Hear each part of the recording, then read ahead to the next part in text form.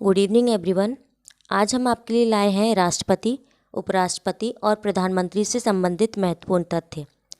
जैसा कि मैंने अपनी इससे पहले वाली वीडियो में आपको राज्यसभा और लोकसभा के बारे में बताया था, जिस तरह मैंने राज्यसभा और लोकसभा के तथ्यों को तुलनात्मक ढंग से आपके सामने प्रस्तुत किया था, उसी प्रकार आज मैं राष्ट्रपति, उपराष्ट्रपति, प्रधानमंत्री पद के महत्वपूर्ण तथ्यों को आपको अध्ययन कराऊंगी, जिससे एग्ज़ाम में हम इन पॉइंट्स को लेकर बिल्कुल कंफ्यूज ना हो।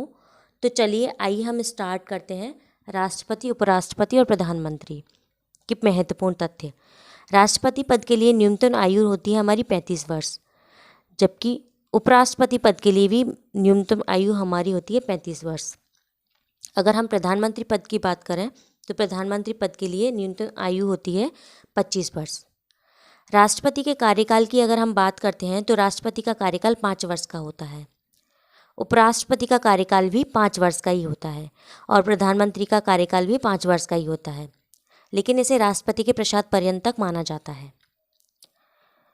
अगर हम राष्ट्रपति की नियुक्ति की बात करें तो राष्ट्रपति की नियुक्ति या चुनाव कैसे होता है, तो राष्ट्रपति की नियुक्ति कैसे होती है, चुनाव द्वारा होती है। और वो भी कौन सा चुनाव, आनुपातिक प्रतिनिधित्व के अनुसार एकल संक्रमणीय मत पद्धति द्वारा।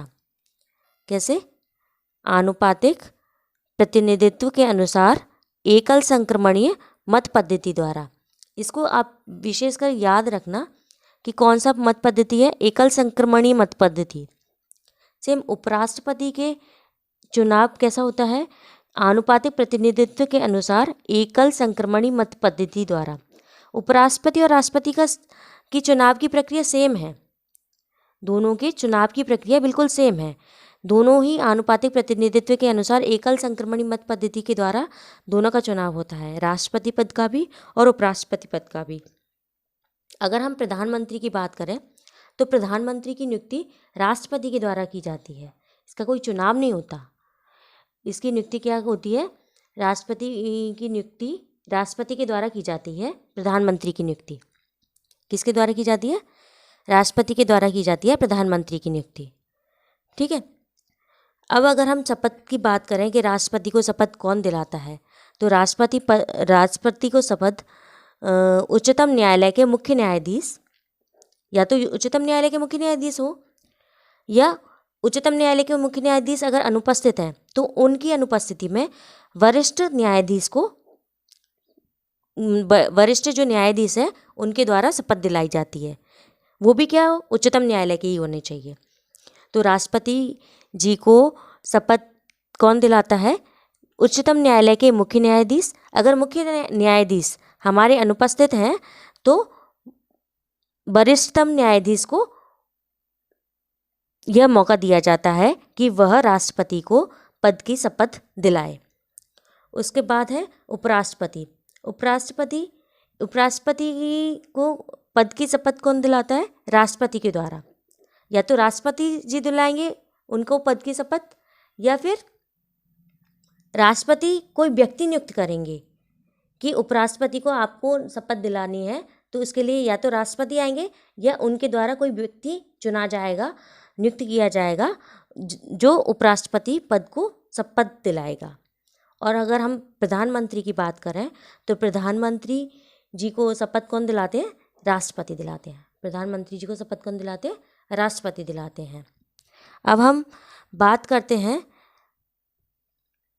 उपराष्ट्रपति की पद से हटने की प्रक्रिया कैसी होती है, या उनको कैसे पद से हटाया जाता है। सेम राष्ट्रपति को पद से हटाने की प्रक्रिया क्या है, या उनको कैसे हटाया जा सकता है, या वो कैसे हटते हैं। सेम प्रधानमंत्री भी कैसे हटते हैं या उनको कैसे हटाया जाता है। तो राष्ट्रपति अपने पद का त्याग कर सकता है, त्याग पत्र दे सकता है, तब वो पद से हटता है। या फिर राष्ट्रपति जी की मृत्यु हो जाए, या फिर उनका कार्यकाल समाप्त हो जाए, या महाभियोग की प्रक्रिया के द्वारा हम राष्ट्रपति को पद से हटा सकते हैं, या बोलें कि राष्ट्रपति को पद से हटना ही होता है ना। उसके बाद हम उपराष्ट्रपति की अगर बात करें तो उपराष्ट्रपति भी ऐसा ही है, इनको भी त्याग पत्र देना पड़ता है। या तो वो त्याग पत्र दें या उनकी मृत्यु हो जाए या उनका कार्यकाल समाप्त हो जाए, है ना। इनको महाभियोग द्वारा प्रक्रिया से नहीं हटाया जाता है ना। तो यही है, राष्ट्रपति के लिए महाभियोग लाया जा सकता है लेकिन उपराष्ट्रपति के लिए नहीं, महाभियोग की आवश्यकता नहीं होती है ना। तो इसमें मृत्यु तो दोनों में सेम ही है, मृत्यु हो जाए तो इनके पद रिक्त हो जाता है, त्यागपत्र के द्वारा भी राष्ट्रपति उपराष्ट्रपति का पद रिक्त हो जाता है, कार्यकाल समाप्त होने पर भी राष्ट्रपति उपराष्ट्रपति का पद रिक्त हो जाता है, ठीक है। अब प्रधानमंत्री तो केवल एक ही शर्त पे हटता है, जब लोकसभा में विश्वास मत खो देता है। जब लोकसभा में प्रधानमंत्री अपना विश्वास मत खो देता है तब उसे पद से हटाया जाता है ना। वैसे बोलते हैं कि प्रधानमंत्री राष्ट्रपति के प्रसाद पर्यंत तक रहता है, लेकिन राष्ट्रपति अपनी इच्छा से नहीं हटा सकता कि भाई उसका मन किया है तो हटा दे, नहीं, ऐसे नहीं हटा सकता। वो केवल उसी स्थिति में हटा सकता है जब लोकसभा में, क्योंकि प्रधानमंत्री होता है वो लोकसभा में बहुमत दल का नेता होता है। तो जब लोकसभा में बहुमत दल का नेता है, इसका मतलब ये है कि लोकसभा के लोगों का उस पर विश्वास है, विश्वास बनाए हुए है। तो जब तक विश्वास बनाए हुए रहता है तब तक प्रधानमंत्री जी रहते हैं, और जैसे ही विश्वास खो देते हैं वैसे ही उन्हें अपने पद से पृथक करना ही पड़ता है या पद से पृथक होना ही पड़ता है।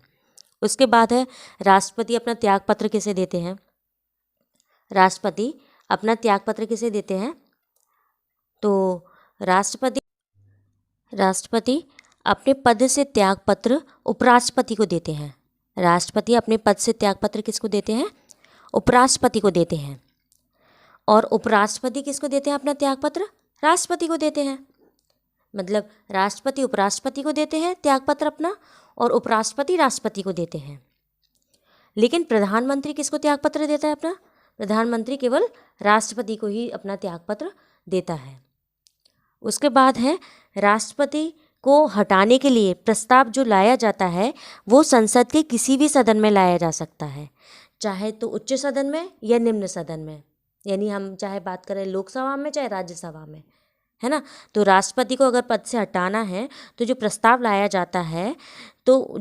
लाया जाता है वो संसद के किसी भी सदन में लाया जा सकता है। लेकिन उपराष्ट्रपति को पद से हटाने के लिए प्रस्ताव केवल राज्यसभा में ही लाया जाता है, क्योंकि वो राज्यसभा का प्रधान होता है, इसलिए राज्यसभा में लाया जाता है। सेम अगर हम प्रधानमंत्री की बात करें तो प्रधानमंत्री लोकसभा का प्रधान होता है, इसलिए लोकसभा में जब वो विश्वास खो देता है तो उसको उसके पद से हटा दिया जाता है ना। तो यही महत्वपूर्ण तथ्य थे जिनमें हमें कन्फ्यूज़न बहुत होता है कि पूछ लिया जाता है, क्वेश्चन आ जाता है कि उपराष्ट्रपति को कौन सी पद्धति द्वारा हटाया जाता है, तो एकल संक्रमणीय मत पद्धति। क्वेश्चन पूछ लिया जाता है कि उपराष्ट्रपति अपना त्यागपत्र किसे देता है, राष्ट्रपति को देता है। उसके बाद ऐसे भी पूछ लिया जाता है कि प्रधानमंत्री अपने पद का त्यागपत्र किसे देता है, तो वो भी राष्ट्रपति जी को देते हैं, है ना।